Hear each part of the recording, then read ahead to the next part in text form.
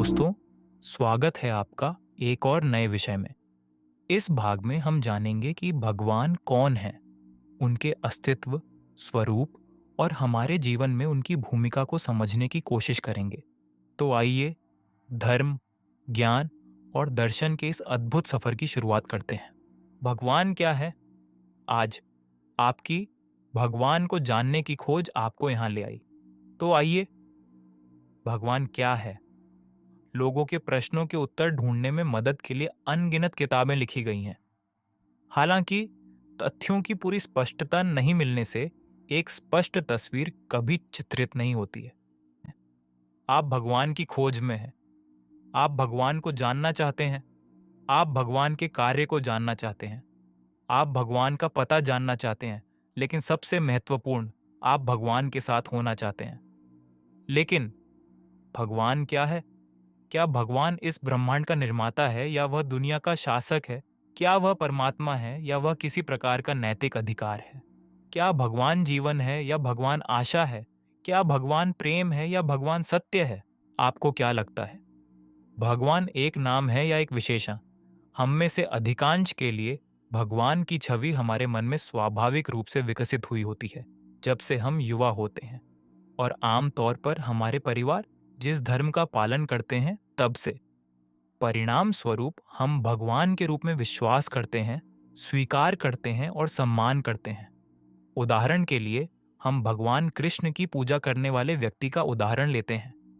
यदि वह बालकृष्ण का विश्वास करता है, तो उसके लिए खेलते हुए बालकृष्ण की शरारतों की छवि भगवान है, जिसे वह बालकृष्ण के नाम से जानता है। और राधे कृष्णा के विश्वास करने वालों के लिए राधा के साथ बांसुरी बजाने वाले भगवान कृष्ण की छवि राधे कृष्णा के नाम से परमेश्वर है।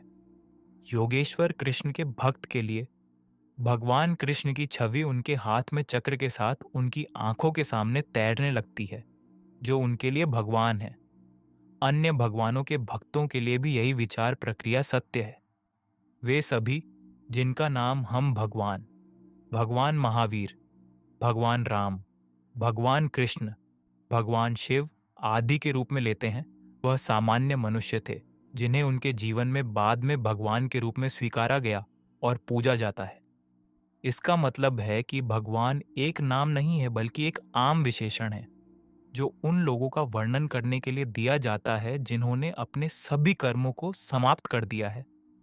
उन्होंने ऐसा आदर्श और अनुकरणीय जीवन जिया है कि हजारों वर्षों के बाद भी लोग आज भी उनके जीवन से प्रेरणा लेते हैं।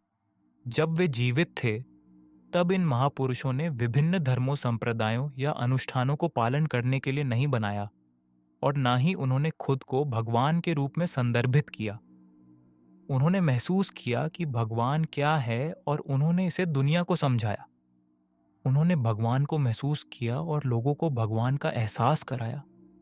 उन्होंने दुनिया को सिखाया कि भगवान हमारे सच्चे स्वरूप के अलावा कुछ नहीं है।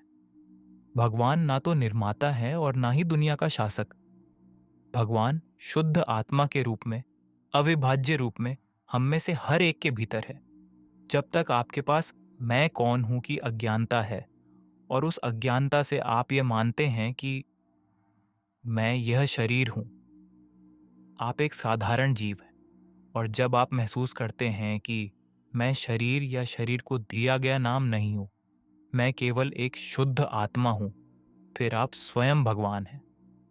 पूर्ण परमेश्वर शुद्ध आत्मा कैसा दिखता है? यह हमारी 5 इंद्रियों में से किसी से भी देखा, महसूस या समझा नहीं जा सकता है। इसे केवल अनुभव किया जा सकता है। इसके अंतर्निहित गुणों के कारण इसे अनुभव किया जा सकता है। आत्मा में अनंत गुण हैं, और भगवान क्या है इसकी यही परिभाषा है। इसलिए भगवान अनंत ज्ञान वाले हैं। भगवान अनंत दर्शन वाले हैं। भगवान परम सत्य है। भगवान शुद्ध प्रेम है। भगवान किसी भी दुख या सुख से अप्रभावित है। भगवान अव्याबाद स्वरूपी है। भगवान अनंत सुख का धाम है। प्रत्येक जीवित व्यक्ति की आत्मा हर तरह से परिपूर्ण है। जीवित व्यक्ति जिसके भीतर वह रहता है, उसके आंतरिक विचारों या बाहरी कार्यों से पूरी तरह से वह स्वतंत्र है। जिस तरह तेल और पानी कभी नहीं मिलते हैं, उसी तरह आत्मा और शरीर जिसमें आत्मा रहता है वे कभी नहीं मिलते हैं। हम इसके अस्तित्व से अनजान हैं और इसके गौरवशाली गुणों का अनुभव नहीं कर सकते, क्योंकि यह अज्ञानता के अनंत आवरण से ढका हुआ है। अज्ञान के यह अनंत आवरण आत्म साक्षात्कार के बाद ही टूट सकते हैं। यह वह क्षण होता है जब आप अपने कर्मों को बांधना बंद कर देते हैं और अपने सभी पुराने कर्मों को पूरा करना शुरू कर देते हैं। जब ये सभी कर्म समाप्त हो जाते हैं तो शुद्ध आत्मा पूरी तरह से जागृत हो जाता है और जो बचता है वह पूर्ण परमेश्वर है। भगवान की पदवी और प्रतिष्ठा ऐसे ज्ञानी को दिया जाता है जिनमें आत्मा के निहित गुण पूरी तरह से प्रकट हो गए हैं। इस प्रकार भगवान एक नाम नहीं है, बल्कि एक विशेषण है जो इन प्रकार के ज्ञानी का वर्णन करता है। हम इन ज्ञानी पुरुष को प्रगट परमात्मा के रूप में पूजते हैं, क्योंकि हम भी एक दिन उनकी तरह बनना चाहते हैं। दोस्तों, हमें उम्मीद है कि आपको हमारा यह प्रयास अच्छा लगा होगा। आगे भी हम इसी तरह ज्ञानवर्धक वीडियो लाते रहेंगे। तो हमसे जुड़े रहने के लिए हमारे चैनल को सब्सक्राइब ज़रूर करें। धन्यवाद।